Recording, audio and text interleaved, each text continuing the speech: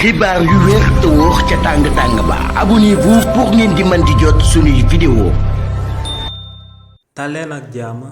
seen chaîne bi di Buzz 221 HD ki di Maître Bamba Cissé te ministre de l'intérieur ci réewu Sénégal ginnaaw ba kii di Madiambal Diagne bàyyee ko woon ci réewu Sénégal daal di dem ci réewu France jëloon na ci ndogal daal di ci amal ay sanctions jëmale ko ci commissaire bi nga xam ne moom moo jiite woon police des territoires te mu daal di nekk ci aéroport international bu Blaise Diagne waaye tamit kii di Maître Bamba Cissé ginnaaw bañ fuyee chambre bi nga xam ne moom lañ daal di tëj kookee di Farba Ngom te ñu daal di koy fekkee ñaari téléphone jëlaat na tamit beneen ndogal daal di koy jëmale si li ni mel kii di Maître Bamba Cissé daal di nay jël ku nekkoon njiitalu garde pénitentiaire yu daal di nekk ci biir kaso ba sa Rebeuss daal di koy mité maanaam daal di koy affecté daal di koy yóbbu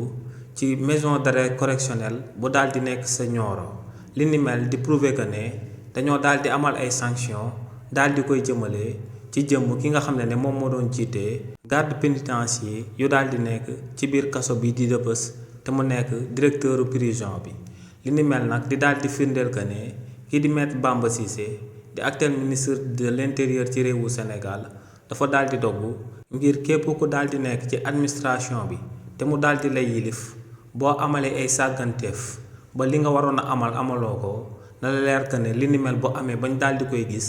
yow mi nga xam ne yow yaa jiite woon administration boobee dinañ la daal di imité wala ñu jël ay sanctions daal di koy teg sa ndodd te li ni mel bu ko kii di Maître Bamba Cissé di amal ci réewu Sénégal